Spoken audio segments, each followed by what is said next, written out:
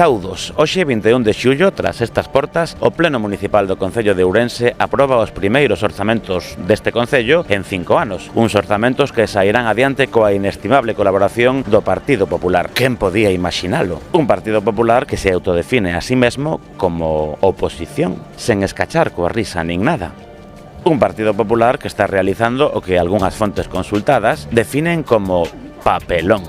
Un papelón que se repite reiteradamente, porque xa son varias as modificacións de crédito apoiadas polo Partido Popular coa súa abstención a cambio de condicións delirantes, basicamente que se cumpla a legislación. Hai un ano, neste mesmo salón de plenos, aprobouse coa abstención do Partido Popular unha modificación de crédito para as luces de Nadal. Ese apoio ou abstención do Partido Popular fixose a cambio de que o goberno municipal pagase as facturas pendientes. Un ano máis tarde hai, cando menos, 9 millóns de euros en facturas sen pagar, pero a memoria é unha cousa sobrevalorada, así como a vergoña. Certas fontes consultadas, ademais do sentido común, aseguran que este apoio a estas contas apuntala ao alcalde de Ourense de cara ás eleccións do ano 2027. Pero quen sabe que pasará daquela? Nós non queremos nin imaginalo. Hola, podes atendernos un segundiño? Está aí a cámara, non?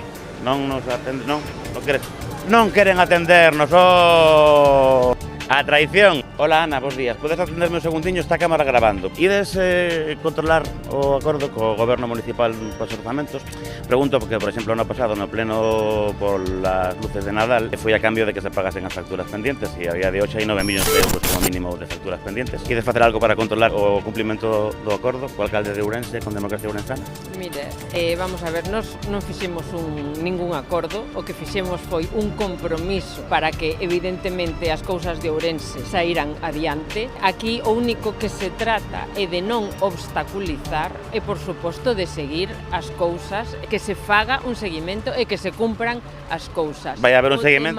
Evidentemente que vai haber o seguimento como se está facendo o seguimento de todo, porque nos abstivemos nas luces de Nadal con que se pagaran todos os pluses, as horas atrasadas, a bombeiros, eso foi no seguinte modificación de crédito. Estamos falando todos os días con eles, estánse cumplindo, ahora mismo solo quedan de maio. Aquí, evidentemente, as facturas tamén se pagan, evidentemente aquí se pagan as cousas e hai cousas que, por suposto, están sin facer e, como xa dixemos, estes nin son os nosos orzamentos, nin son o que nos faríamos. Pero estamos todos os días a falar coa xente e, por suposto, que imos facer o seguimento para que se cumpran dende o primeiro momento. Eso está clarísimo. Pois nós tamén estaremos facendo o seguimento e falaremos. Parece moi ben.